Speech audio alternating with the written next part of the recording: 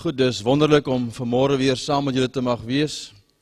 En die meeste van die gesigte wat ek vanmôre al gesien het en gister, dit voel soos familie wat by mekaar kom oor die naweek.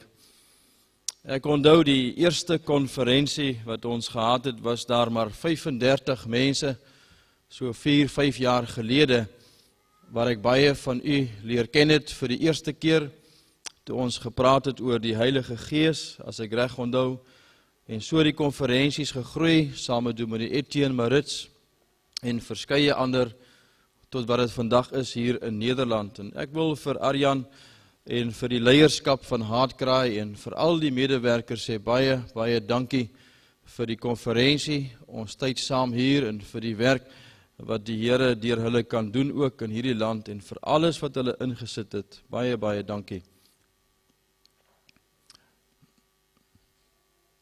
Ek sal bietjie stadiger praat. Ek wens ek kon in Engels spreek, dan kan julle vertaal na Nederlands. Maar elke slag as ek hier kom, dan moet ek in Afrikaans praat. En as ek klaar gepraat het, dan sê ek moer as 'n gewone spreker. Want as jy so stadig praat en die woordjies so mooi rond moet maak, dan dink 'n mens 2 keer wat jy moet sê. Maar het is wonderlik om hier saam te wees vanmôre.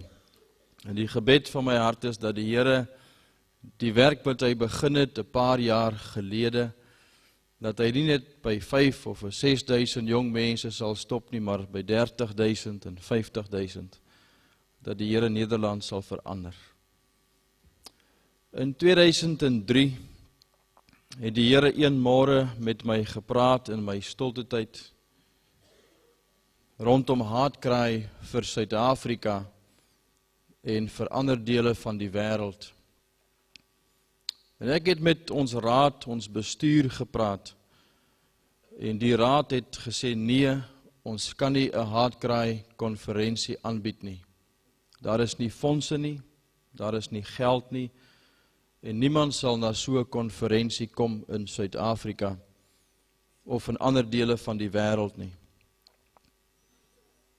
In 2004, toe praat die Here weer met my, een môre in my stilte tyd. En toe staan ek voor 'n krisis van geloof in my hart, of ek God gaan glo en vertrou en gehoorsaam, en of ek na die bestuur van Herlewing Suid-Afrika gaan luister. Want die grootste rede teen die Haatkraai konferensie was daar was nie fondse of geld nie, finansies. En ons het 'n spesiale vergadering belê, en die rekenmeester of die boekhouer, ouditeur, het na die inkomste en uitgawes staat gekyk en gesien uitgawes staan daar 140.000 euro. By inkomste staan daar bid in geloof. En hy sê, Franso, ek weet, in die geestelike wêreld werk dit anders as in die sake wêreld. Maar waar gaan die geld vandaan kom? En toe sê ek vir hom, ek weet nie.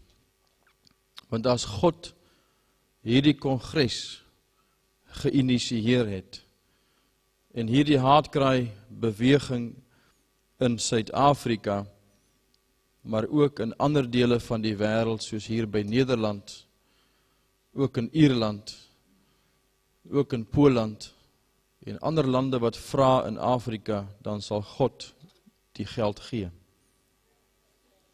Net die week daarna, seker so 7 dae daarna, toe praat die Here een môre weer met my. En hy lê 'n man op my hart, 'n spesifieke persoon. En ek bid vir die persoon. En toe ek klaar vir hom gebid het, toe bel iemand my met die telefoon en vra of ek vir jou 'n afspraak kan maak met die persoon.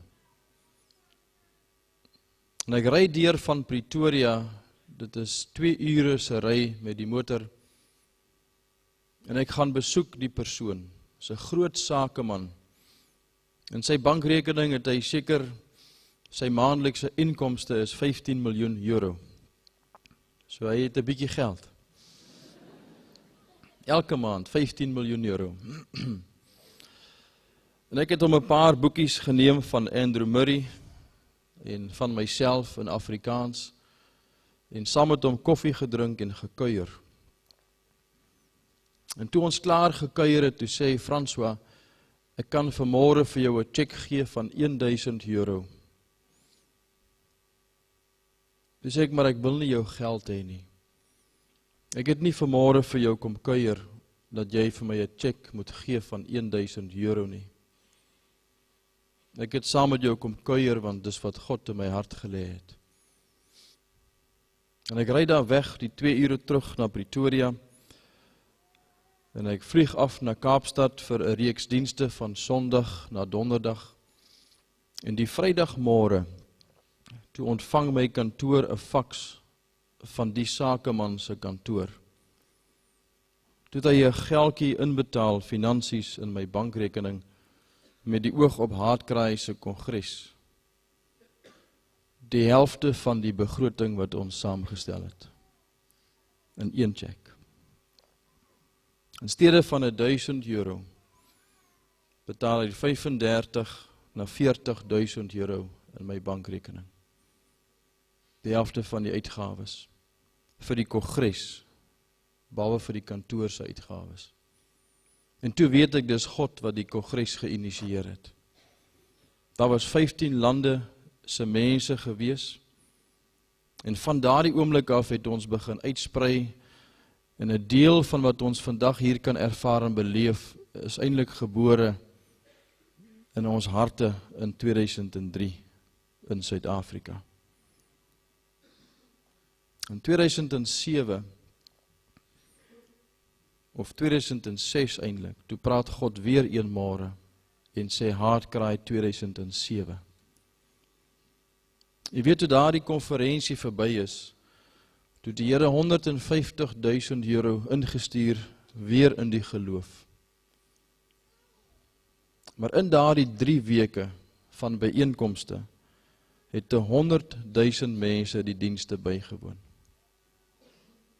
Aangrypend, is dit nie so nie?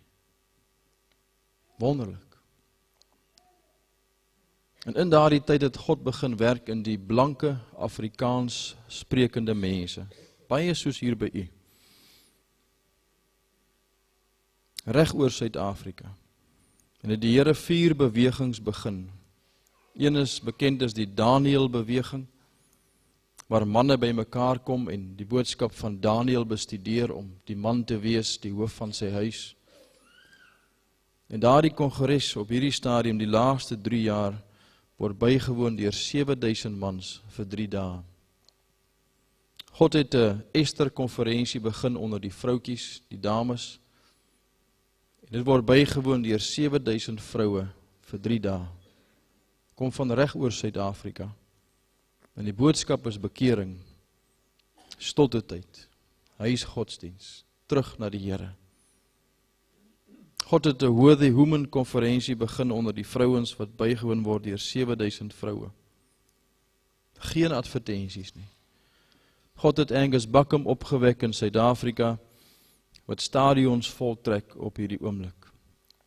Ek onthou, ons het die eerste stadion konferensie gereël in Bloemfontein, en daar was 25.000 mense.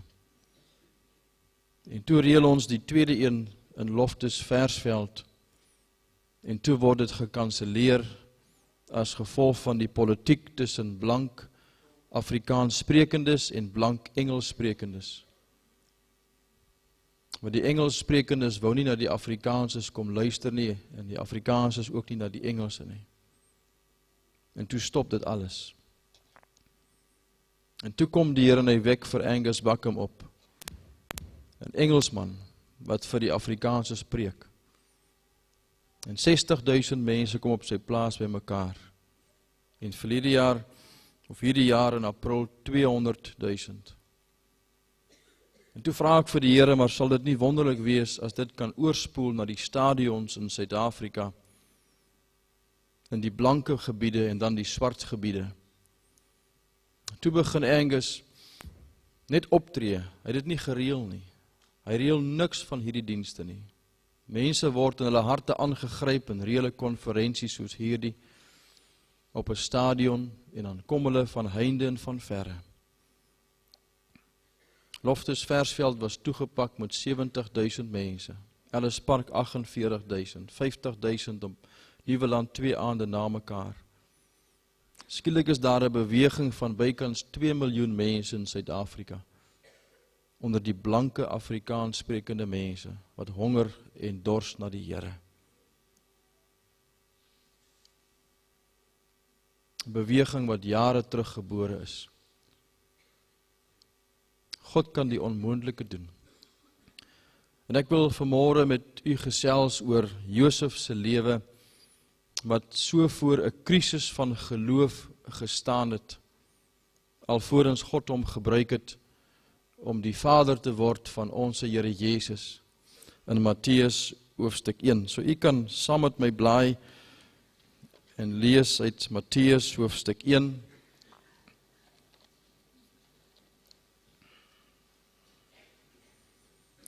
Is dit stadig genoeg vir u as ek so praat?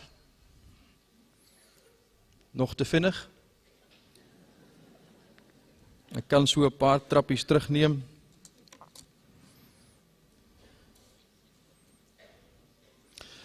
Of ons kan bid en vir die Here vra, terwyl ek gewoonweg praat, dat hy julle brein so 'n bietjie stadiger maak. Nee. Goed, Matteus hoofstuk 1. Die verhaal van die geboorte van die Here Jesus, Matteus hoofstuk 1.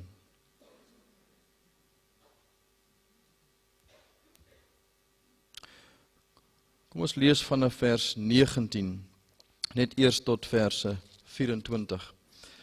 En Josef, haar man, omdat hy regverdig was en onwillig om haar openbaar te maak, het hom voorgeneem om in die geheim van Maria te skei. Maar terwyl Josef dit in gedagte gehad het, verskyn daar 'n engel van die Here in 'n droom aan hom en sê: Josef, seun van Dawid, wees nie bevrees om Maria, jou vrou, by jou te neem nie. Want wat in haar verwek is uit die Heilige Gees. En sy sal 'n seun baar, en jy moet hom Jesus noem. Want dit is hy wat sy volk van hulle sondes sal verlos. En dit is alles gebeur sodat die woord vervul sou word wat die Here deur die profeet gespreek het. Kyk, die maagd sal swanger word en 'n seun baar, en hulle sal hom Immanuel noem. Dit is, as dit vertaal word, God met ons. En toe Josef uit die droom wakker word, het hy gedoen soos die engel van die Here hom beveel het, en sy vrou by hom geneem. En hy het haar nie beken totdat sy haar eersgebore seun gebaar het nie, en hy het hom Jesus genoem. Kom ons lees net eers tot daar. Ons weet dat God die inisiatief geneem het om die weg voor te berei vir die geboorte van sy seun, wat die verlosser sou word van die wêreld en al sy probleme. En wat dat vir u en vir my die weg kan baan om gered te word en vanmôre te kan weet dat as ons te sterwe kom, dat ons in die hemel saam met hom sal wees. Maar God het vir Josef en vir Maria uitgekies as instrumente om dit deel te maak van sy plan, sy ewigheidsplan. En in hierdie gedeelte in Matteus hoofstuk 1 vind ons die gedeelte waar Josef 'n ontmoeting met God deur middel van die engel in 'n droom gehad het. Nou Josef was 'n regverdige man, wat beteken hy het God geken. Hy het reg gelewe met sy God in daardie oomblik. Maar skielik het Josef voor 'n krisis van geloof gekom, toe die engel van die Here voor hom kom staan. Maar eintlik het dit begin nog voordat hy die ontmoeting met die engel gehad het. Want Josef was verloof in Maria. Nou sommige van die kommentaarskrywers sê dat Maria was maar 14 jaar oud gewees. Ander verwys daarna dat sy 16 jaar oud was. Maar kom ons sê maar Maria was 16 of 18 jaar oud. En sy was verloof aan Josef. Eintlik beteken dit sy was reeds getroud met Josef, maar hulle het nog net nie saam geslaap of die seksuele gemeenskap gehad nie. Maar vir alle praktiese doeleindes was sy getroud met Josef. En op 'n dag het Maria gaan kuier by Elisabeth in Jerusalem. En toe sy terugkeer, dit wat met haar gebeur het toe sy swanger geraak het, deur middel van die Heilige Gees, het sigbaar begin word. En dis die krisis wat Josef ervaar het. Want toe Maria terugkom by Nasaret by hom, was Josef so opgewonde om haar te sien, want sy was etlike maande by Sagaria en by Elisabeth. Maar toe hy haar die eerste keer sien, toe sien hy dat haar maag is besig om te groei, want sy het 'n babietjie in haar maag. En hy het 'n krisis. Is dit nie so nie? Want Nasaret is 'n klein ou dorpie. Dis 2000 jaar gelede. En terwyl Josef in die strate stap elke môre op pad na sy werkplek toe, dan kyk al die mense by die vensters en by die deure van die huise uit en kyk na Josef en draai om en sê vir mekaar, daar stap Josef. Hy en Maria het saam geslaap voor die huwelik. Hy het eintlik 'n krisis. Want 'n mens mag net saam slaap as jy getroud is nadat die seremonie plaasgevind het. So hy en Maria het die seksuele gemeenskap gehad voordat hulle die reg gehad het daartoe. So die hele dorp praat van Josef en Maria. Hy het 'n probleem. Maar hy het nog 'n groter probleem. Hy is so lief vir Maria, want die Bybel en die kommentaarskrywer sê vir ons, sy was 'n pragtige meisie. Maar sy vertel vir hom 'n ander storie. Sy sê vir hom, maar hy hoef nie bekommerd te wees nie, want sy het nie gaan rondslaap in Jerusalem nie. Die Heilige Gees het eendag in haar verskyn deur middel van 'n droom.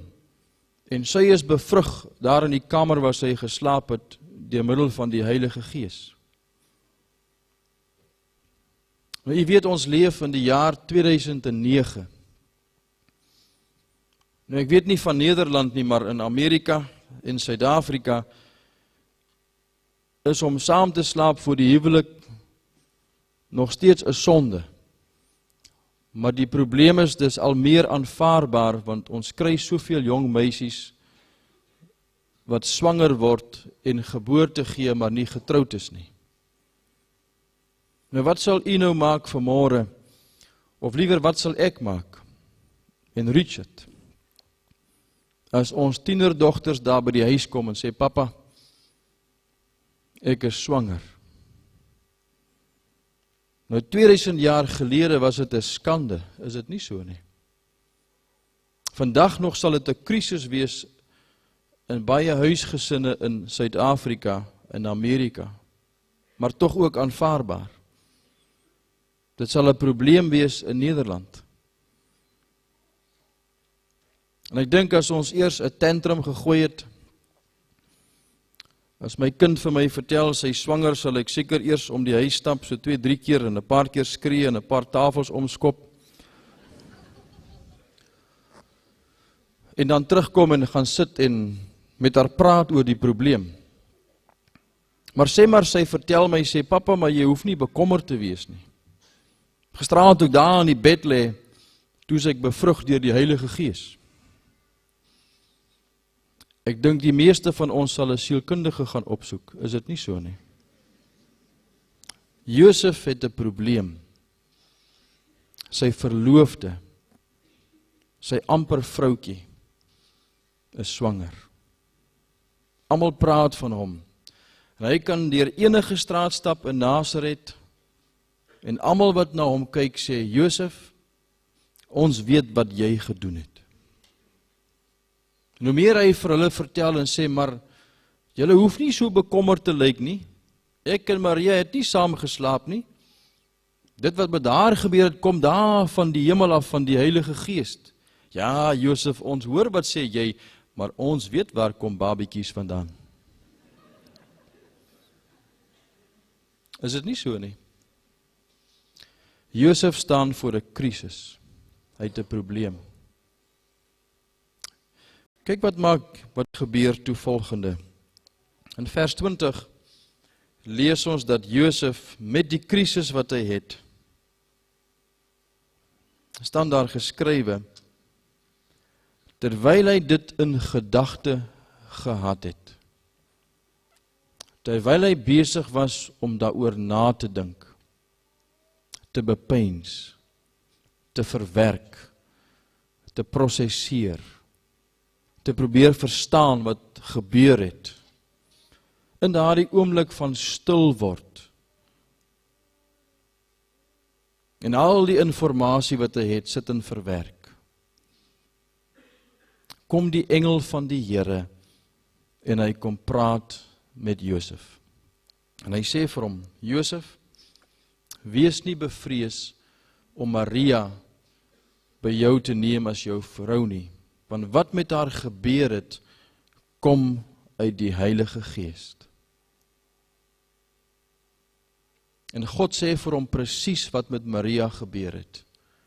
En in daardie oomblik besef Josef, dit wat met Maria gebeur het, is besig om met hom te gebeur. God wat uit die hemel in sy hart met hom kom praat. 'n ontmoeting met hom hê. Dit waarna oom Henry gisteraand verwys het. Dat die Here vanuit die hemel die Heilige Gees gebruik het om die woord vir hom te kom oopbreek, met hom te kom praat. In die geval gebruik God 'n engel. Om die ontmoeting met hom, vir hom te kom oopbreek, dat hy kan verstaan, waaroor gaan die krisis van geloof. Wat God in sy hart geïnisieer het. En dan lees ons in vers 24. En toe Josef uit die slaap wakker word, het hy gedoen soos die engel van die Here vir hom beveel het, en Maria by hom geneem as sy vrou. So Josef staan op, en hy gaan doen dit wat God vir hom gesê het. En ek kan myself indink. Nou stap Josef in die strate van Nasaret. En die mense kyk na Josef en sê, Josef, ons moet nog 'n datumpie vasmaak wat ons kan reël dat jy in Maria gestenig kan word, soos wat die Ou Testament vir ons leer, weens julle sonde. Maar ek kan my indink. Daardie onsekerheid, daardie krisis in Josef se hart, en skielik die vrede en die rus wat gekom het. Omdat hy God gehoorsaam het. En nou is almal vir hom kyk en sê, Josef, hy sê dieselfde engel wat met Maria gepraat het met my gepraat. Ek wil vanmôre net 1 of 2 gedagtes met u deel, uit hierdie gedeelte. Net om die grond so 'n bietjie voor te berei vir die boodskap van Richard, wat gaan praat oor hoe praat God dan met ons, om God se stem te hoor. Want jy sien in hierdie gedeelte, ontdek Josef net God se plan vir sy lewe nie. Hy ontdek ook God se wil vir sy lewe. Maar in daardie moment ontdek Josef soveel meer. Hy ontdek hoe praat God met hom. Hy ontdek die beginsel van prosessering. Hy ontdek die beginsel van gehoorsaamheid. Hy ontdek die beginsel van voortgesette gehoorsaamheid bring mee dat God hom weer aan jou kom openbaar. So kom ons kyk daarna net so 'n paar gedagtes en dan gaan ek daarmee afsluit vanmôre. As ons blaai na Matteus hoofstuk 2.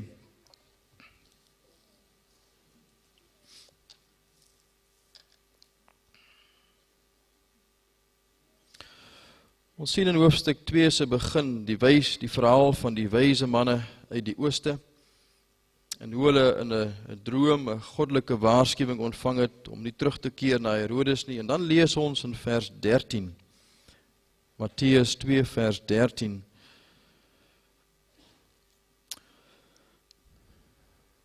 En toe hulle teruggegaan het, dis nou die wyse manne, verskyn daar 'n engel van die Here in 'n droom aan Josef en sê: Staan op en neem die kindjie en sy moeder en vlug na Egipte en bly daar totdat ek jou sê, want Herodes gaan die kindjie soek om hom dood te maak. En Josef het toe opgestaan, die kindjie en sy moeder in die nag geneem en na Egipte vertrek. Ons weet dat Josef en Maria op die donkie gereis het van Galilea na Bethlehem om hulle self te gaan inskryf volgens die beleid van Herodes. En daar in Bethlehem is die kindjie Jesus toe gebore. En toe die wyse manne weg is, hulle die wonderlike geskenke gebring het vir die Here, goud, wierook en mirre, toe kom praat dieselfde engel met Josef op dieselfde manier en hy gee vir hom die volgende opdrag. God praat altyd met elkeen van ons op dieselfde manier. Hy gebruik baie metodes, maar hy praat altyd op dieselfde manier. En Josef begin ontdek, hoe praat God met hom? In hierdie geval vir die tweede keer, toe dieselfde engel na hom toe kom, toe weet hy dis God wat met hom praat. Toe ontdek hy God se stem, hoe werk dit? Jy gaan dit nou sien. En toe die Here vir hom sê, Josef, staan op en vat die kind en loop. Het Josef nie gesê, Here, maar Maria moet eers op 3 maande kraamverlof gaan nie. Of kan ons nie maar môreoggend 'n bietjie laat slaap, eers ontbyt gaan eet nie. Die Bybel sê, hy het opgestaan, die kindjie gevat en geloop. Gehoorsaamheid. Toe Josef ontdek, hoe praat God met hom, en toe daardie stem weer met hom kom praat, toe is daar nie uitgestelde gehoorsaamheid nie, of verduidelikings, of regverdigings nie, daar is net gehoorsaamheid. As ons aanlees in vers 19, dan lees ons, en na die dood van Herodes het daar 'n engel van die Here in 'n droom aan Josef in Egipte verskyn. Dieselfde engel, dieselfde manier in Egipte. En vir hom gesê, staan op, neem die kind en sy moeder en gaan na die land van Israel, want hulle is dood wat die lewe van die kindjie gesoek het. En Josef het opgestaan, die kind geneem en teruggegaan na Israel. Snap jy dit? God praat, Josef verstaan, Josef gehoorsaam. En omdat God gepraat het en Josef dit gehoor het en dit gehoorsaam het, kom die stem van die Here weer. Hierdie was die 3de ontmoeting wat Josef met God gehad het, deur middel van die engel. Dan lees ons in vers 22, maar toe hy hoor dat Archelaus oor Judea koning was in die plek van sy vader Herodes, was hy bevrees om daarheen te gaan. En hy het 'n goddelike waarskuwing in 'n droom ontvang om na die streke van Galilea teruggekeer. En Josef het gaan woon in die stad met die naam van Nasaret. Die 4de keer. Ek wil net die punt maak vir môre. Daar's heel wat gedagtes wat hier na vore kom. Maar ons het nie tyd om na alles te kyk nie.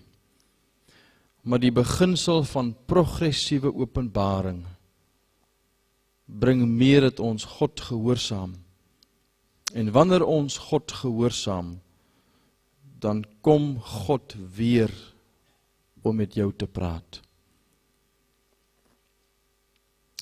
Jesus sê in Johannes hoofstuk 14 vers 21 en 23, hy sê, as jy my liefhet, dan sal jy my gebod bewaar en doen wat ek vir jou sê. En wanneer jy doen wat ek vir jou sê, dan sal ons, die Vader, die Seun en die Heilige Gees onsself aan jou openbaar.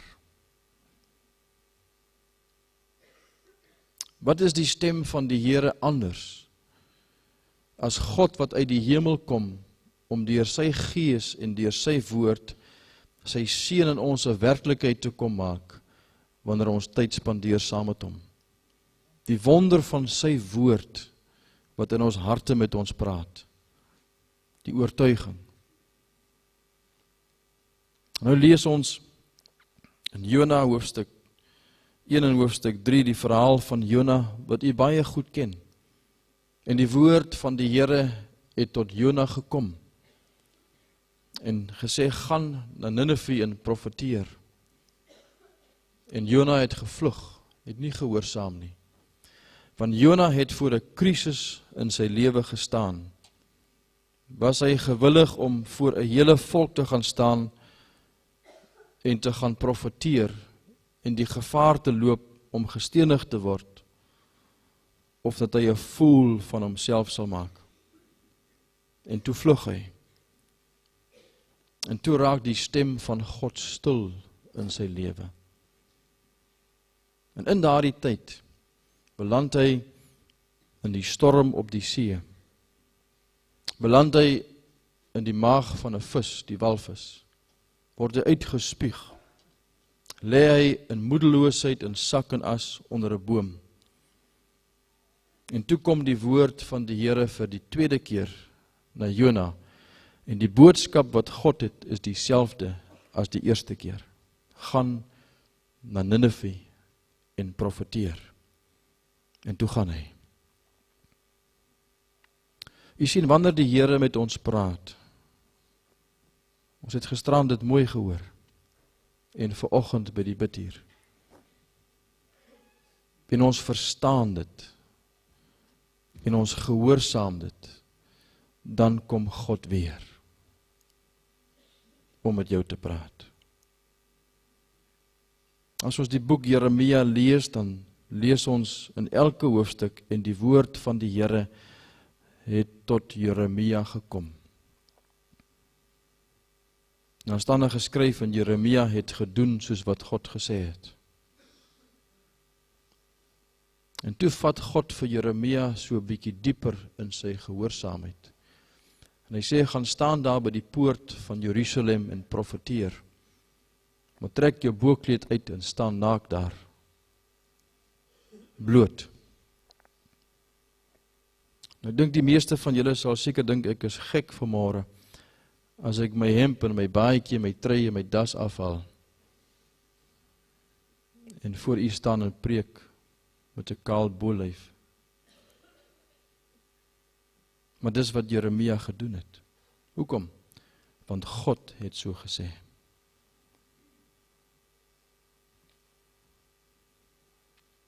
Jy sien, wanneer God na ons harte toe kom, dan staan ons voor 'n krisis. Of ons God gaan glo en gehoorsaam, en of ons gaan sê nee. Maar wanneer ons ja sê, dan kom God weer. En wanneer God ons weer besoek, en ons verwerk dit, en ons sê ja, dan kom hy weer. En wanneer hy weer kom, en ons sê ja, dan kom God weer. En in daardie momente wat God ons besoek, ontdek ons net soos in Josef se geval, die wil van die Here, sy doel met ons lewe en sy plan. Ons ontdek gehoorsaamheid, ons hoor sy stem, hoe praat hy met ons, maar meer nog, ons ontdek die wonderlike teenwoordigheid, en dit wat God die woord voor gestuur het, kom tot stand in en deur ons lewe, in daardie moment. So Josef staan voor 'n krisis, toe Maria swanger word. En toe kom staan God voor hom, en Josef staan voor sy tweede krisis. Gaan hy God glo en gehoorsaam. Maar toe hy God gehoorsaam, toe ontdek hy die wonderlike teenwoordigheid van die Here in sy lewe. Een aand by ons huis godsdiens het ons sit en gesels oor Jonas se lewe. Toe vra my dogtertjie en sy sê, pappa, kan dit dan wees dat as die Here in hierdie oomblik nie met my praat nie, dat ek dalk daar iets in my lewe is, toe God my hart besoek het, ek dit nog nie gehoorsaam het nie. En die antwoord is ja.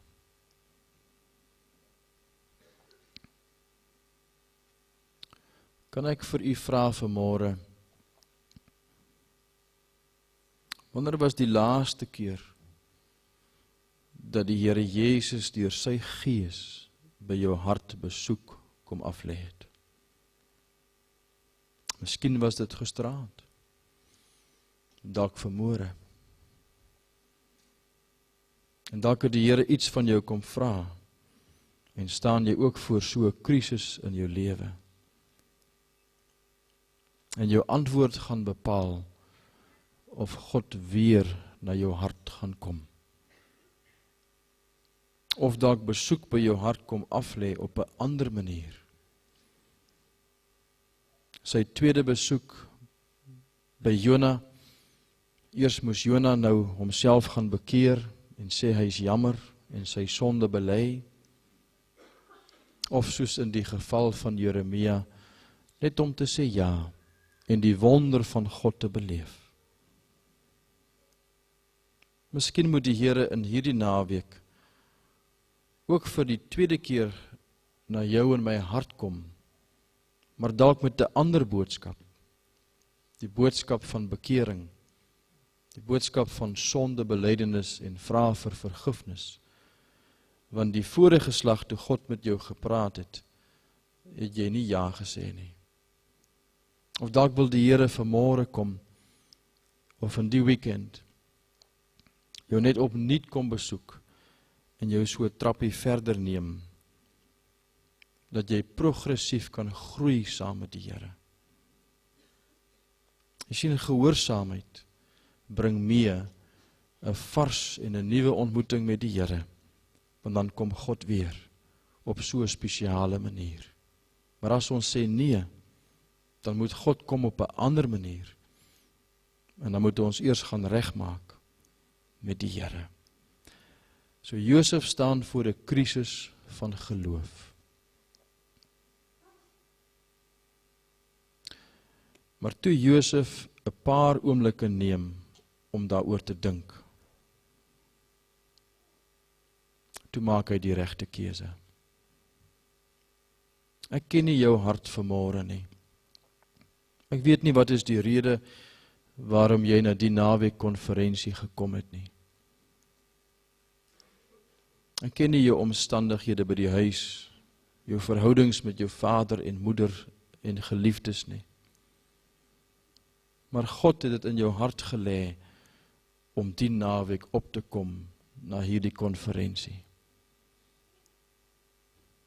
Want God het 'n behoefte om met elkeen van ons ontmoeting te maak.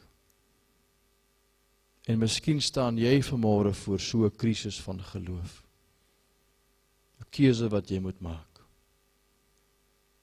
Moet dit nie ligtelik opneem nie. Dink daaroor na. Laat die Gees van die Here in die proses van nadink en prosesering en bepeinsing vir jou oopbreek wat leef in die hart van ons Vader. En gehoorsaam hom dan. Kom ons bid saam.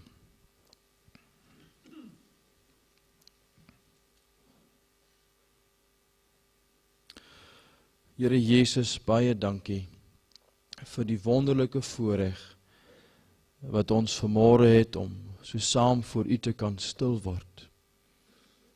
En dat U reeds die inisiatief geneem het, Here, toe hierdie konferensie saamgestel is etlike maande gelede, en die ou pamfletjies uitgestuur is, en elkeen van ons wat vanmôre hier is, in ons harte opgewek is om daarop te reageer. En daarom weet ons, Here, dat U 'n spesiale plan en doel met elkeen van ons lewens het op hierdie naweek konferensie. Dat U vir ons bymekaar gemaak het, omdat U besig is om met ons te werk, om ons te verander, dat ons aan die beeld van Christus meer en meer gelykvormig kan word. Maar ook, Here, omdat U vir ons wil gebruik om verander tot seën te wees, met 'n doel daar buitekant. Here, U ken elkeen van ons se hart vanmôre. U weet van die dinge wat ons mee worstel. U weet van die vrae in die gemoed. U weet miskien van daardie moment toe U met ons gepraat het in die verlede, en tot en met vandag ons nie gewillig was om dit te doen nie. En dalk U stem wat stil geword het.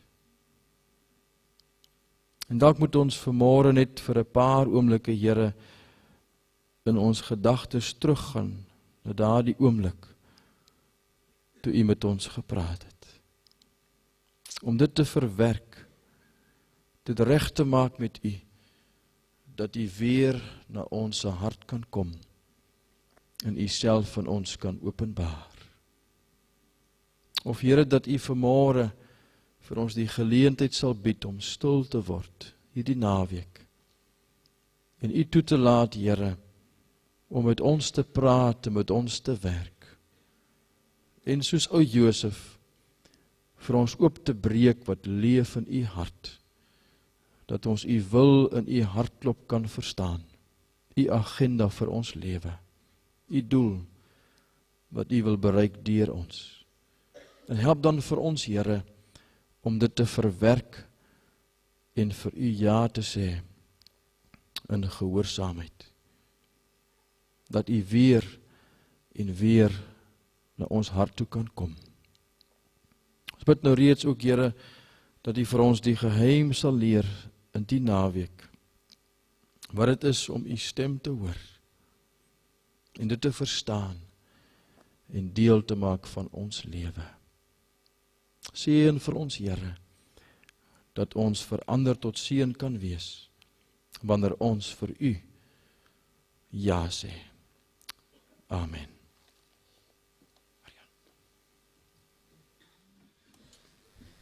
It is so good to be with you this morning. Het is geweldig om weer bij u te zijn vanmorgen. This is my first time in the Netherlands. Dit is mijn eerste keer dat ik Nederland bezoek. I have the privilege of traveling around the world speaking in conferences. Ik heb het voorrecht om de wereld door te reizen en op vele conferenties te spreken. And I have the privilege of seeing where God is at work around the world. En ik heb het voorrecht om te zien waar God aan het werk is in deze wereld. And it has been so exciting to see that God is at work here in your country. En het is geweldig om te zien dat God ook in uw land aan het werk is. For this many people to stay in tents in this cold weather. Om zoveel mensen te zien die in tenten in dit koude weer hier willen zijn. God must be working. God moet wel aan het werk zijn. And I understand now why I need to preach on revival fires. En nou weet ik ook waarom ik over het vuur van de opwekking moet spreken. Because many of you look very cold. Want velen van u zien er erg koud uit. About a year ago I moved from Canada to the United States. Enkele jaren geleden ben ik verhuisd van Canada naar Amerika. My oldest son Michael moved from Canada to a seminary in the United States. Mijn oudste zoon Michael die verhuisde van Canada naar een school in Amerika. Michael did not know anyone in that whole state or city. En Michael kende helemaal niemand daar waar hij heen ging, ook niet in de staat waar hij heen ging. He would go to school each day. Hij ging elke dag naar school. And in the mornings he would read his Bible. En in de morgen las hij zijn Bijbel. And as he read his Bible each day, En zoals hij elke dag zijn Bijbel las, he began to notice something every day. ging er iets opvallen. He saw that the Bible kept speaking about God's love for the poor. Dat Gods woord sprak over de liefde van God voor de armen. It seemed that no matter where my son turned in the Bible, Het maakte op een gegeven moment niet meer uit waar Michael in de Bijbel las. God would be talking about his love for the poor. Overal sprak God uit de schriften tot hem over zijn liefde voor de armen. He had never noticed all of those verses before. Deze versen die hij nu las waren daarvoor nooit opgevallen. After a while, he began to underline those verses. En na enige tijd begon hij zelfs al die versen te onderstrepen. His Bible was filled with verses talking about the poor. En zo kwam hij tot ontdekking dat de Bijbel vol is van versen over de armen. One day, it was a Saturday. En toen was er een zaterdag. He had nothing to do all day. Hij had niets te doen die zaterdag. He thought, I'll read my Bible. Hij dacht, ik ga mijn Bijbel lezen. Then I will make a big lunch. En daarna zal ik een lekkere lunch klaarmaken. And I will watch a movie. En dan zal ik een film gaan kijken. But as he began reading his Bible, Maar toen hij zijn Bijbel begon te lezen, he saw more verses about God's love for the poor. zag hij nog meer versen over Gods liefde voor de armen. He began to underline those verses. En hij begon ze weer te onderstrepen. But this time God spoke to him. Maar deze keer sprak God direct tot hem. He sensed God saying, it's not enough just to read verses about the poor. God zei tot hem, het is niet genoeg om alleen over deze versen te lezen. It's not enough just to underline those verses. Het is niet genoeg om ze te onderstrepen alleen. I want you to do something for the poor. Ik wil dat jij wat gaat doen voor deze armen. My son did not know that city, Mijn zoon kende de stad helemaal niet. but he decided not to waste his day in his apartment. Maar hij besloot om zijn dag niet te verprutsen in zijn kamer. He got in his car and he drove to the downtown of that large city. Hij stapte in zijn auto en reed naar de arme wijken van die stad. He got out of his car Hij ging er uit zijn auto and he began looking for a homeless person. en hij ging op zoek naar iemand die geen thuis had. He tried talking to several people, Hij begon te praten en contact te zoeken met verschillende mensen. but no one would speak back to him. Maar niemand sprak terug tot hem. He began to wonder what he was doing there. En hij begon zich af te vragen, wat doe ik eigenlijk hier? Perhaps he had made a mistake. Misschien heb ik wel een fout gemaakt om hierheen te gaan. So he decided to pray, En toen besloot hij om te bidden. but he was crossing a street Maar tegelijkertijd stak hij een straat over in the center of the city. in het centrum van de stad. And when he prays, En toen hij aan het bidden was, he always closes his eyes. doet hij altijd zijn ogen dicht. So he was crossing a busy street in the downtown Dus hij stak een drukke straat over met zijn ogen dicht, biddend, with his eyes closed. met zijn ogen dicht. Suddenly he banged into someone En plotseling botste hij tegen iemand op. and he opened his eyes. En hij deed zijn ogen open. And there was a homeless man. En daar was iemand die thuisloos was. He was pushing a cart. En hij had een kaart. And inside the cart were all of this man's belongings. Oh, daar in dat kleine tasje waren alles wat die man had op deze aarde. My son apologized for crashing into his cart. En mijn zoon Michael bood zijn verontschuldiging dat hij tegen hem opgebotst was. The man began speaking to him En de man begon tegen hem te praten. in the middle of the street. Midden op die drukke straat. The man's name was Red. En zijn naam was Red. He asked what Mike's name was. Sorry. Red asked what my son's name was. En Red vroeg natuurlijk wat de naam van mijn zoon was. My son said, my name is Michael. En mijn zoon zei, mijn naam is Michael. The man said, can I call you George? En de man zei, mag ik u ook George noemen? They began a conversation. En zo begonnen ze het gesprek. My son finally said, can I buy you lunch? En uiteindelijk zei Michael tegen hem, kan ik u een lunch aanbieden? They had lunch together. En ze aten samen. Then they began to walk through the downtown streets together. En toen begonnen ze te wandelen door deze sloppenwijken. This man showed my son a park in the downtown area. En deze man liet Michael een park zien daar te midden van die sloppenwijken. My son said, you must be very cold. Je moet The temperature is very cold. je moet wel erg koud zijn, want de temperatuur is erg laag. My son took his scarf off and gave it to him. En mijn zoon deed zijn das af en gaf het aan hem. My son gave him a Bible that he was carrying. En hij gaf hem zijn Bijbel die hij met zich meegebracht had. And then at the end of the day, my son said, I need to go back to my house. Aan het eind van de dag zei mijn zoon, ik moet weer terug naar de kamer waar ik woon. The man asked if he could get a ride in my son's car. En deze man vroeg of hij mee kon rijden in de auto van mijn zoon. My son had a very small vehicle, Mijn zoon had een heel klein autootje. but he put the man's cart into the back of his car. Maar hij deed dus deze tas of wat hij bij zich had in de achterbak van de auto. And he drove this man to another part of the city. En hij reed met deze man naar een ander deel van de stad. This man looked at my son and he said, you're different than other people. Deze man keek mijn zoon aan en zei, jij bent anders dan alle andere mensen. He said, many people walk by me on the street. Vele mensen lopen mij gewoon voorbij op de straat. He said, some people drop some money into my hat. Sommige mensen geven me nog wat geld in mijn hoed. He said, but no one ever looks at me. Maar nooit heeft iemand mij aangekeken. No one ever talks to me. Niemand heeft met mij gepraat ooit. And then he pulled out a necklace around his neck. Toen nam hij zijn ketting af. It was a picture of an angel. En hij had daar een beeldje van een engel aan hangen. He said to my son, that's what you are. En hij zei tot mijn zoon, dat is wat jij bent. He said, God sent you to me. God heeft jou tot mij gezonden. And my son experienced the heart of God. En zo heeft mijn zoon het hart van God ervaren. And he knew why God loved the poor. En zo heeft hij ervaren dat God de armen lief heeft. You see, God had spoken to my son. God had tegen mijn zoon gesproken. God knew about this man named Red. God wist van deze man, Red. He knew that man needed to know about the love of God. En hij wist dat deze man nodig had om te horen en te ervaren de liefde van God.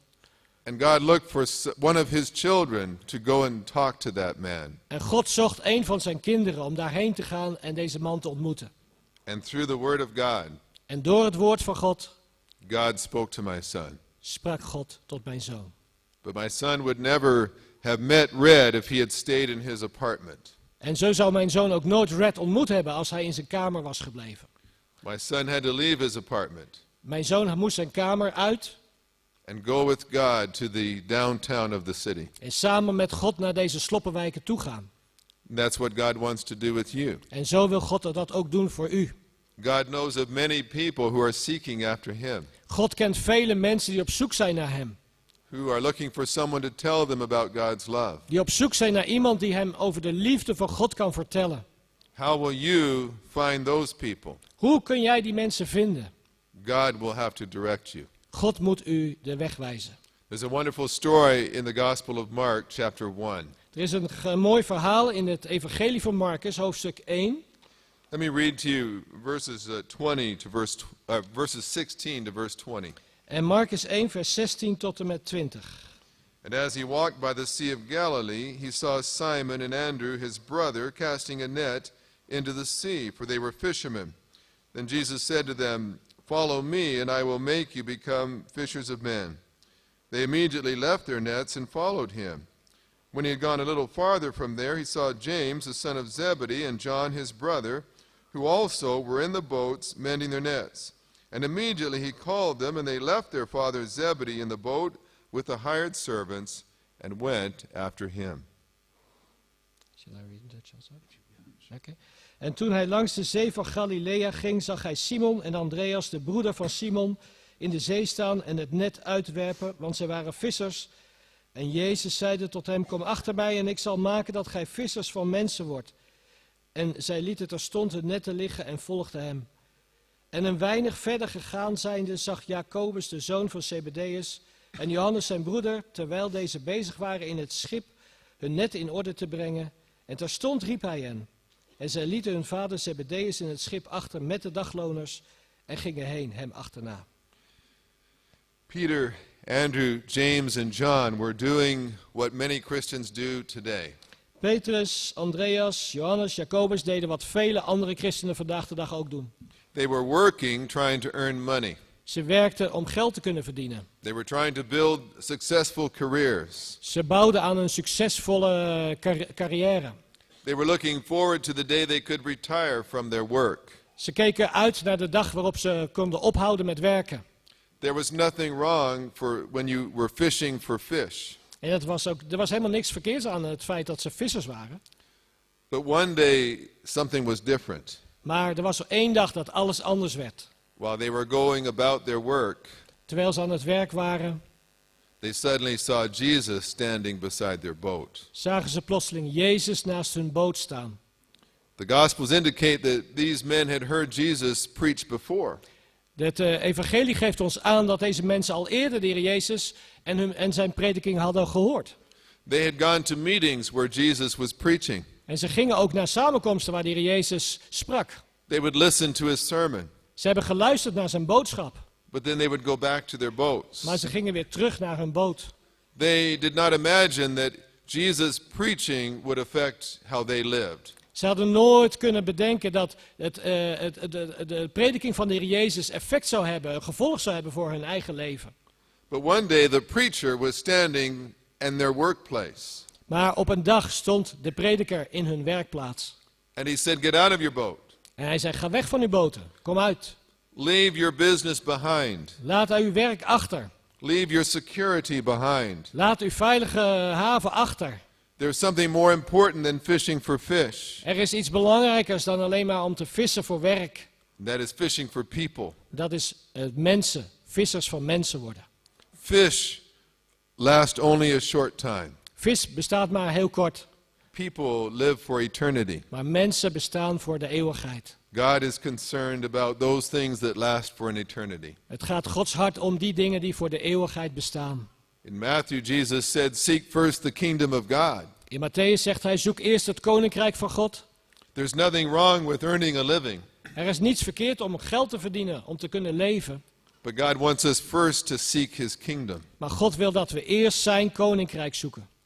Have you ever heard it said that the safest place in all the world is in the center of God's will? Heeft u ooit gehoord dat de veiligste plaats om te zijn in deze wereld is in het centrum van Gods wil? That's not true. Dat is niet waar. It's the best place to be. Het is de beste plaats om te zijn. It's not always the safest. Het is niet altijd de meest veilige plaats. The safest place for those fishermen was to stay in their boat. De veiligste plaats om te blijven voor deze vissermensen was gewoon in hun boot. No one would have persecuted them for fishing for fish. Niemand zou hun vervolgd hebben omdat ze vissers waren. They would never have been thrown in jail or put to death for fishing for fish. Ze zouden nooit in de gevangenis geworpen worden. Ze zouden nooit vervolgd worden omdat ze vissers waren. But when they got out of their boat Maar toen ze uit hun boot stapten and they went where Jesus told them to go, en ze gingen waar Jezus zei dat ze heen moesten gaan. and they preached what Jesus told them to say, En ze predikten wat Jezus zei dat ze moesten prediken. they made many enemies. Kwamen er vele vijanden. They were thrown in jail, Werden ze in de gevangenis gegooid. and at least 3 of them were put to death. En zeker 3 van hen werden gedood. There's nothing wrong with you earning a living. Er is niks mis mee als u geld verdient om te leven. There's nothing wrong with building a career. Er is niks mis mee om een carrière te bouwen. But in the midst of living your ordinary life, Maar te midden van dat gewone leven van elke dag, one day you may discover Jesus standing beside the boat of your life. dan ontdekt u op een dag dat de Heer Jezus misschien daar staat, naast de boot van uw leven. And he may invite you to seek first his kingdom as well. En hij nodigt u wellicht ook dan uit om eerst zijn koninkrijk te zoeken. Sometimes we think God's will is all about God having a wonderful plan for our life. Soms denken we dat Gods wil is dat hij een geweldig plan voor mijn leven heeft. But God wants to tell us what he is doing in our world. Maar God wil ons vertellen wat hij aan het doen is in deze wereld. He wants us to join him in his activity. Hij wil dat wij bij hem komen om medearbeiders te zijn in wat hij aan het doen is. And all through the Bible, God would come to people and tell him what he was going to do. En zo lezen we in de hele Bijbel dat God tot mensen kwam om te zeggen wat hij aan het doen was. John chapter 16 verse 7. Johannes 16 vers 7. Jesus said, "I'm going to be going away." Hij zegt, ik zal heen gaan. But he said, "I'm going to send my Holy Spirit." Maar hij zegt, ik zal mijn Heilige Geest aan u sturen. And he will guide you in the very same way I have guided you. En hij zal u leiden op dezelfde wijze als ik u geleid heb. The moment that you are born again, Op het moment dat u wederom geboren wordt, the Holy Spirit enters your life. is de Heilige Geest in uw leven. And he will guide your life in the same way Jesus guided his 12 disciples. En op dezelfde wijze zal de Heilige Geest uw leven leiden zoals de Heer Jezus zijn discipelen leidde. He will tell you where to go. Hij zal u zeggen waar u heen moet gaan. He will tell you what to say. Hij zal u zeggen wat u moet zeggen. And there are at least 4 primary ways that the Spirit will speak to you. En er zijn 4 belangrijke wijzen waarop de Heilige Geest tot u zal spreken. Let me talk to you about those 4 ways for the next few moments. Voor de volgende ogenblikken zullen we spreken over deze 4 manieren waarop de Heilige Geest tot ons spreekt. Throughout the Bible, God spoke many ways. Door de Bijbel lezen we dat de Heere God op vele wijzen spreekt. He would speak through a burning bush. Hij kan door een brandende braamstruik spreken. We heard earlier that he spoke through angels and through dreams. En we hebben vanmorgen gehoord dat hij sprak door engelen of door dromen. God never used just one way. God gebruikt nooit één manier. God used many ways to speak to people. God gebruikt vele manieren om tot mensen te spreken. Sometimes he might speak out loud. Soms spreekt hij luid en duidelijk. Many times the Bible does not tell us specifically how he spoke. Op vele plaatsen in de Bijbel is het niet eens duidelijk hoe God gesproken heeft. We are just told that the people knew what God was trying to say. We lezen alleen maar dat duidelijk wordt dat mensen wisten wat God van hen vroeg. But there are at least 4 primary ways that God often speaks. Maar er zijn 4 belangrijke manieren waarop de Heilige Geest tot ons spreekt. The first way, and most importantly, is through the Bible. De eerste en de meest belangrijke is door het woord van God. The words of the Bible were written hundreds and even thousands of years ago. De woorden van de Bijbel zijn honderden, zo niet duizenden jaren geleden opgetekend. But every time you open your Bible, Maar elke keer als u uw Bijbel opendoet, the Spirit of God within you is opening your understanding. is de geest in u die de schriften voor u wil openen. Do you remember what I said about my son Michael? Weet u nog wat ik zei over mijn zoon Michael? Every time he opened his Bible, Elke keer als hij zijn Bijbel opendeed, the Spirit of God showed him the verses speaking about the poor. liet de Heilige Geest die schriftplaatsen zien die spraken over zijn liefde voor het arme.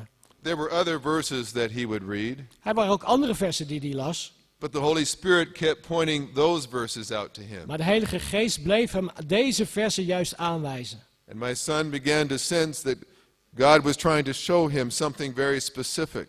En mijn zoon begon op een gegeven moment op te merken dat de Heilige Geest deze versen met name onder zijn aandacht wilde brengen. Have you ever been reading through a chapter of the Bible? Heeft u wel eens door een hoofdstuk van de Bijbel heen gelezen? And you read many wonderful verses, En u leest vele hele mooie versen. but then you come to a particular verse, Maar dan komt u op een specifiek vers. and you sense in your spirit God is trying to say something to you. En in uw geest ervaart u, God wil iets door dit vers juist tot mij spreken. God never speaks just so that you can have a warm, wonderful feeling in your heart. God spreekt niet alleen omdat we een soort warm gevoel hebben in ons hart. God never speaks just so you can underline the verse in your Bible. God spreekt niet zodat we dat vers kunnen onderstrepen in onze Bijbel. He speaks so that you can live differently. Maar hij spreekt opdat we anders zouden gaan leven. In my son's case, it meant he needed to drive into the downtown of his city In het geval van mijn zoon betekende dat hij naar de achterbuurten van deze stad moest gaan. and to spend his day with a homeless person. En zijn dag moest besteden met deze thuisloze man.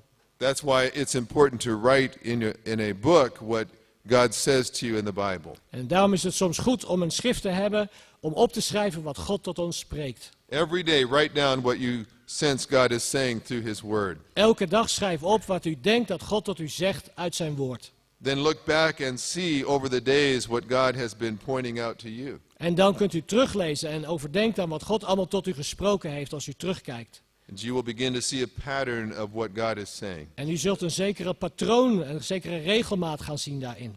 A second way that God speaks to us, Een tweede manier waarop de Heilige Geest tot ons spreekt, it's through times of prayer. door tijden van gebed. Sometimes we look at prayer as what we say to God. Soms kijken we naar gebed, is datgene wat wij tegen God zeggen. How many times have you gone to pray Hoe vaak bent u gaan bidden You closed your eyes U heeft uw ogen dicht gedaan. and you told God everything you wanted to say to him. En u heeft God alles verteld wat u hem wilde vertellen. And then you opened your eyes and you went about your day. En u deed uw ogen open en bent weer aan het werk gegaan. And you never gave God time to speak back to you. En u hebt nooit God de tijd gegeven om tot u te spreken. Prayer is a two-way conversation. Gebed is een tweeweg, waarbij ik tot God spreek en God tot mij. It is how you relate to God. Het is hoe uw relatie is met God. What you say to God may be important, Wat jij tot God te zeggen hebt kan heel belangrijk zijn. but everything God says to you is very important. Maar alles wat God tot jou te zeggen heeft is nog veel belangrijker. God already knows what you are going to tell him, God weet al wat u en jij en u tegen hem gaat zeggen. but you don't know what is on God's heart. Maar u weet niet wat er op Gods hart voor u is. We need to learn to listen to God. We moeten leren om te luisteren naar God. When you pray and say and ask God to do things in your life, Als je bidt en vraagt om God dingen te doen in je leven, we need to keep our spiritual eyes open to watch for his answer. moeten we ons geest open houden richting God om te horen wat hij zegt. I remember when I was a pastor, Ik herinner mij toen ik nog voorganger was, I was praying for the members of my church. bad ik voor alle leden van mijn gemeente. On one Monday morning, I was praying for a man named David. Op een maandagmorgen bad ik voor een man die David genaamd is, David. I prayed from my heart for God's best for David's life. En ik bad met heel mijn hart voor het beste voor David. I had performed David's wedding the year earlier. Ik had Davids huwelijk ingezegend een jaar daarvoor. He worked at a hospital. Hij werkte in een ziekenhuis His wife was very sickly, en zijn vrouw was heel ziekelijk and she could not work. en zij kon helemaal niet werken.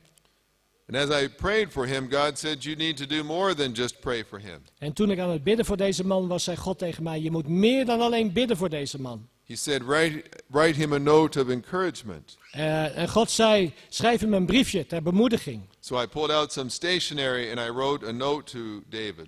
Zo, en ik nam wat papier en ik schreef een bemoediging aan David. I said, David, when I was praying for you this morning, Ik schreef op, David, toen ik aan het bidden was deze morgen voor jou. God told me I should write to you Heeft God tot mij gezegd dat ik aan jou moet schrijven. and tell you that God loves you En ik moet zeggen dat hij van je houdt. and that you can trust him with your life En dat je hem kunt vertrouwen in je leven. and that he has wonderful plans for you. En dat hij een geweldig plan voor jouw leven heeft. And I mailed that letter on Monday afternoon. En ik heb deze brief maandagmiddag gemaild. On Wednesday morning. Gepost. Sorry. On Wednesday morning, Op woensdagmorgen my telephone rang in the church office. ging de telefoon in de gemeente. It was David. Was David. He said, how did you know? En hij zei tegen mij, hoe wist je dat? I asked, how did I know what?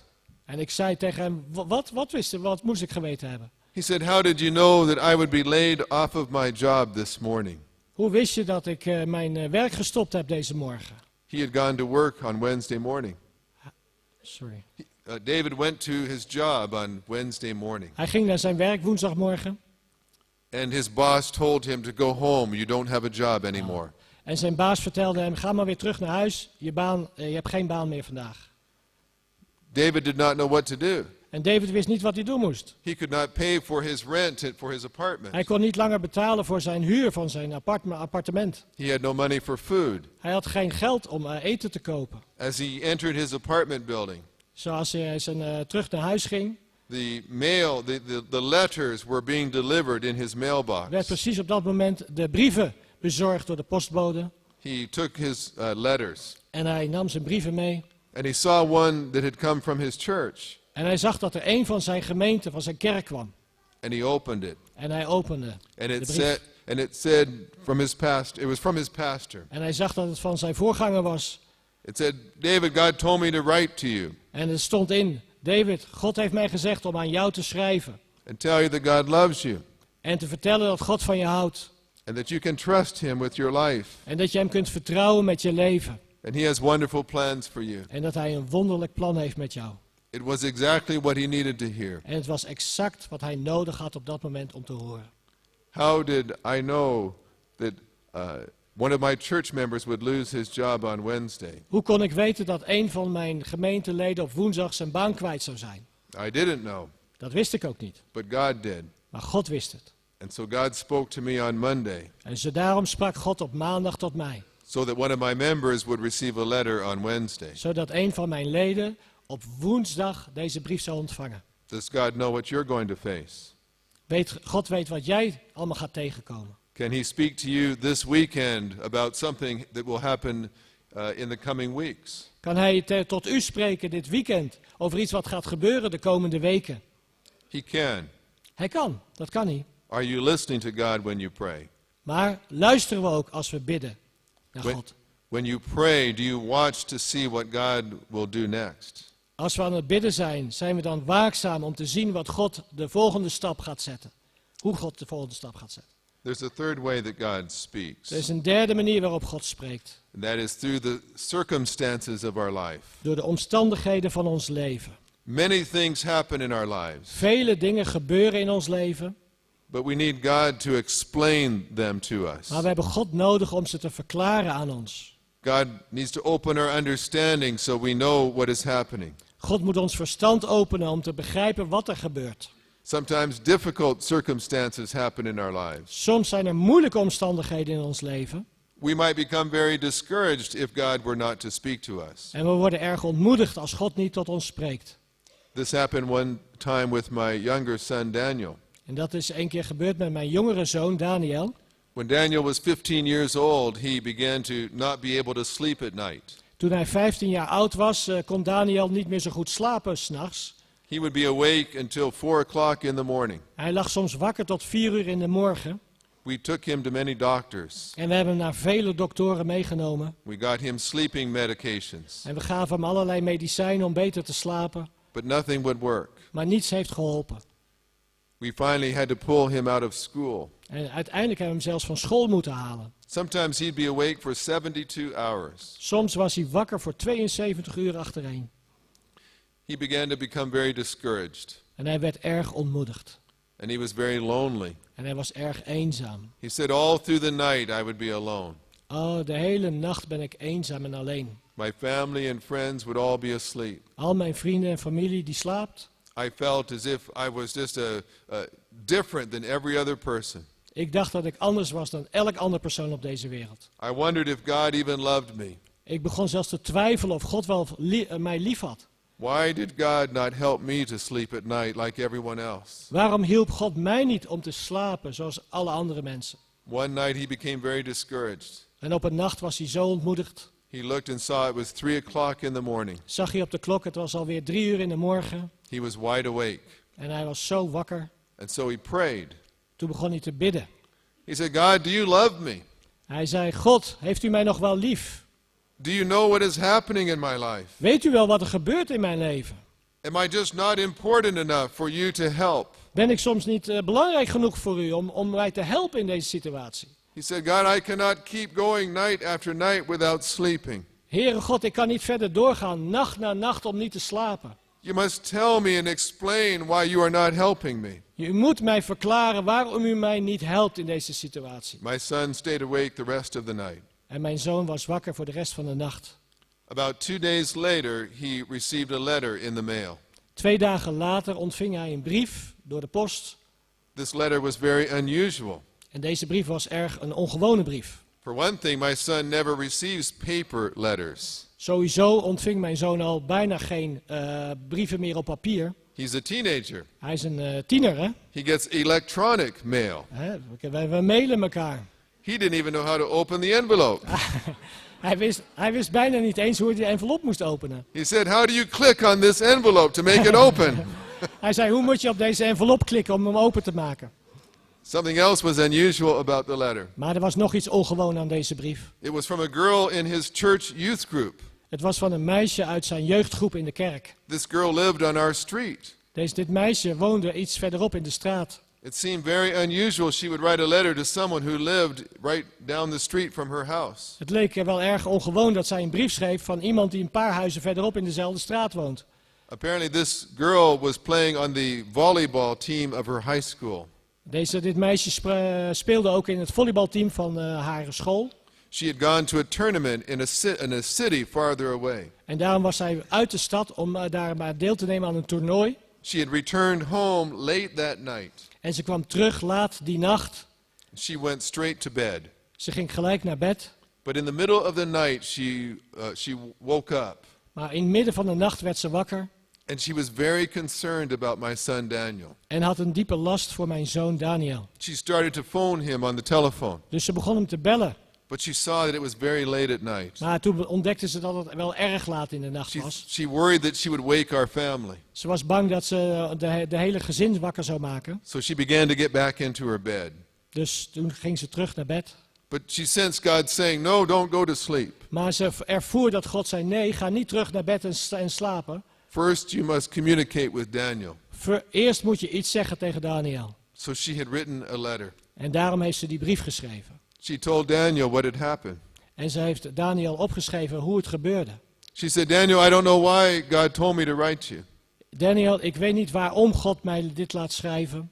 But he wanted me to tell you that he loves you. Maar hij wilde dat jij weet dat hij van je hield. And he knows what you're going through. En dat hij weet waar je doorheen gaat. And she quoted a scripture.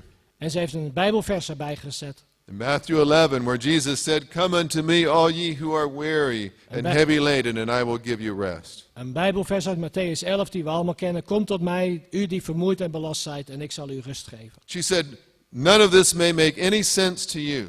Misschien deze hele brief begrijp je helemaal niet. But I had to write this to you before I could go to bed. Maar ik weet zeker dat God wil dat ik dit aan jou schrijf voordat ik naar bed ga. When Daniel read that letter, he was so excited. En toen Daniel deze brief opende en las, was hij zo opgewonden. It answered every question that he had asked God. Het beantwoordde elke vraag die hij aan God had. He ran all the way to this girl's house. Hij rende naar het huis van dit meisje toe. He said, when did you write this letter? Hij zei, wanneer heb je deze brief geschreven? It was the night Daniel had cried out to God. Het was de nacht dat Daniel zelf op zijn knieën uitgeroepen heeft tot God. Daniel asked, what time did you write this letter? En Daniel vroeg, welke tijd was het in die nacht dat je deze brief schreef? She said it was 3 o'clock in the morning. En hij zei, het was 3 uur in de morgen. And Daniel realized, even as he was crying out to God, God was awakening another Christian to answer his questions. En Daniel begon te beseffen dat terwijl hij uitriep tot God die nacht om 3 uur, God een ander christen gebruikte om hem het antwoord te geven. Now Daniel knew that God was watching over him. En nu wist Daniel zeker dat het God was die over hem waakte. That God loved him. Dat God van hem hield. But he still did not know why if God loved him, God was not helping him to sleep. Maar hij wist nog steeds niet, ondanks dat God van hem hield, waarom God hem niet hielp om te slapen. God showed him that answer in the summer that came. Maar God gaf hem daarop, op die vraag, het antwoord later, die zomer die kwam. All the teenagers in our church went to a camp during the summer. Alle tieners van onze kerk, van onze gemeente, gingen op een kamp. Our youth, the person who worked with our young people was very concerned about them. En de jeugdleider had een grote last voor ze. Many of these teenagers had been going through very difficult times. Veel van deze tieners waren door moeilijke tijden heen gegaan. And he was concerned about all of their struggles. En hij had een last voor al deze problemen die de jeugd doormaakte. So he sat all the young people in a circle. En daarom zette hij dus gedurende die kamptijd alle jongeren in een cirkel. And he said, tell me what is happening with you. En vertel me, wat gebeurt er in jouw leven? No one spoke at first. Niemand wilde eerst een mond open doen. Finally Daniel spoke. En tenslotte sprak Daniel. He said, you all know of my troubles in going to sleep. Jullie weten allemaal van mijn probleem dat ik niet kan slapen. He said, God has told me that he loves me. Maar God heeft mij verteld dat hij van mij hield. But I still don't understand why a loving God would let me suffer like this. Maar ik begrijp nog steeds niet waarom een liefhebbende God mij zo laat lijden. A young girl raised her hand Een jonge dame stak haar hand op. and said, can I speak?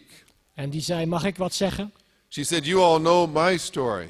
En ze zegt, u kent ook mijn verhaal allemaal hier. Her parents had been divorced that year. Haar ouders waren gescheiden dat jaar. And a new stepfather had moved into her house. En een nieuwe stiefvader was ingetrokken in het huis. This girl had to leave her bedroom En dit meisje moest uit haar kamer weg. because of her stepbrothers and sisters moving into her house. Omdat alle stiefbroertjes en zusjes ook meekwamen. She never saw her father. En zij heeft haar vader nooit meer gezien. Her mother was too busy. Haar moeder was veel te druk met andere dingen. This girl felt like no one cared about her. Dit meisje begon zich te ervaren dat niemand om haar gaf. She began to spend time with unbelievers. En ze begon ook tijd door te brengen met ongelovige mensen. They had even introduced her to the use of drugs. En ze werd zelfs binnengeleid in de drugswereld. One night this girl had made some terrible mistakes. En één avond heeft ze een verschrikkelijke fouten gemaakt. And she had embarrassed herself. En ze viel haarzelf zo tegen. She knew that the next day everyone in her high school would be talking about her. Ze wist dat de volgende dag in de high school, in haar school, iedereen over haar zou praten. She did not want to go to school the next day. Ze wilde helemaal niet meer naar school de volgende dag. She said, I would rather die than go to school tomorrow. Ik zou nog liever sterven dan nu weer naar school te moeten. She said, suddenly I saw images in my mind of how I could take my own life. Plotseling zag ik allerlei beelden in mij opkomen hoe ik mijzelf van het leven kon beroven. I felt an evil presence around my life. Ik voelde een hele boze aanwezigheid rondom mijn leven.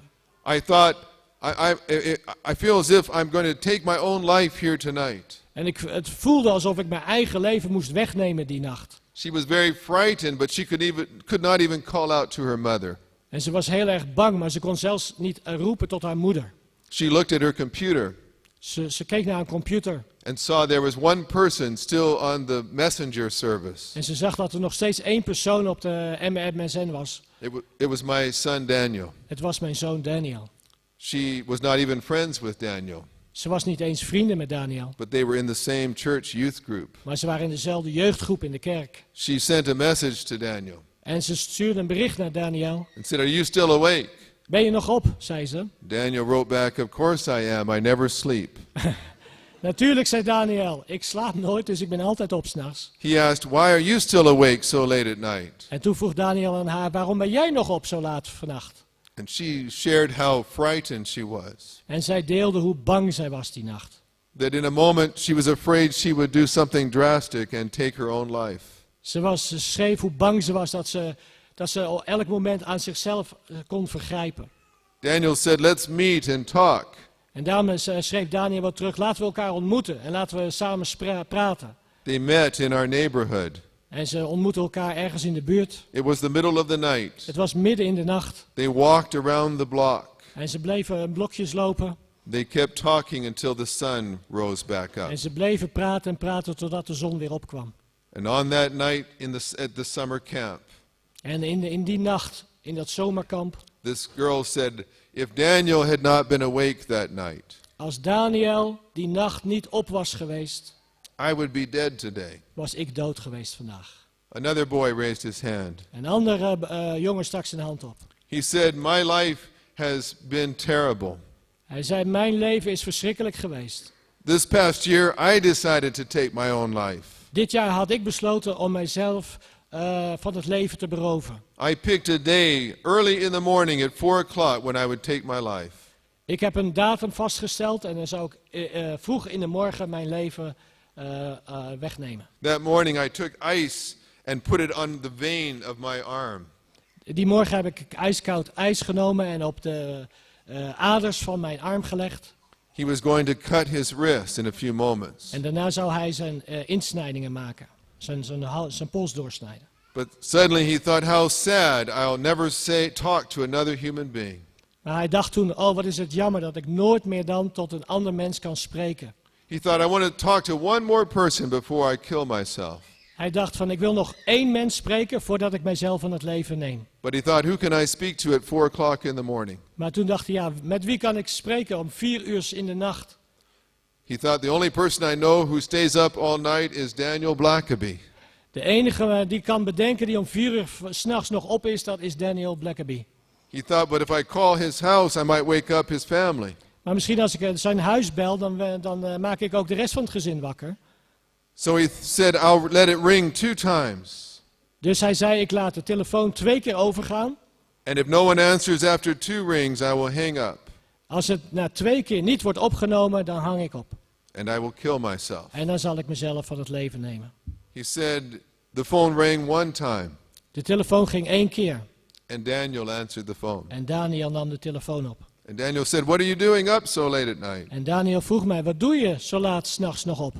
And the boy began to explain. En de jongen vertelde zijn verhaal. My son said, "We need to meet for breakfast." En Daniel zei, we moeten elkaar ontmoeten met ontbijt. And they talked about how there was still hope. En zo praten ze over de hoop die er nog was. That with God you should never give up. Met God is er alles mogelijk. And that boy said, if Daniel had not been awake that night, En die jongen zei, als Daniel die nacht niet wakker was geweest, I would be dead today. was ik dood geweest vandaag. 4 other people raised their hands. 4 andere mensen staken hun hand op. Each of them had struggled in the past year. Ieder van hen had problemen gehad het afgelopen jaar. But they had watched Daniel's life. Maar ze hebben naar Daniel gekeken en zijn leven. And they had watched him continuing to trust in God. En ze hebben gezien hoe hij is doorgegaan in het vertrouwen op God. And they said, when we saw Daniel continuing to trust God, it gave us hope. En toen we zagen hoe Daniel zijn vertrouwen bleef stellen op God, gaf het ook ons hoop. That God loved me too. Dat God ook van ons hield. When Daniel came home from camp at the end of the week, Toen Daniel weer thuis kwam aan het eind van de week van dat kamp, he said, "Dad, now I understand what God has been doing." zei hij, papa, nu begrijp ik wat God aan het doen is. He said, "I thought for a time that God did not care about me. Ik dacht voor een tijdje dat God er helemaal niks om gaf. But now I understand what God was doing. Maar nou ga ik begrijpen wat God aan het doen is. God wanted to save people's lives. God heeft mensenlevens gered. He wanted to give people hope. Hij wilde mensen hoop geven. And God used me to do it. En God heeft mij gebruikt. Now my son Daniel feels called to be a pastor. Nou is mijn zoon Daniel geroepen als een voorganger. Daniel has traveled around the world with me telling that story. En Daniel reist met mij mee over de wereld om dit verhaal te vertellen aan iedereen. Daniel's writing a book right now with his brother and he tells that story. En Daniel schrijft op dit moment een boek waarin hij ditzelfde ook gaat vertellen. And I have said, Daniel, isn't God wonderful? En Daniel zei, is God niet wonderlijk? He can take the worst experience of your life Hij kan zelfs het ergste gebeurtenis in jouw leven nemen. and he can use it for good. En hij kan het ten goede gebruiken. After that period of time in Daniel's life, Na die periode in het leven van Daniel his sleep went back to a normal pattern. kwam zijn slaap weer terug.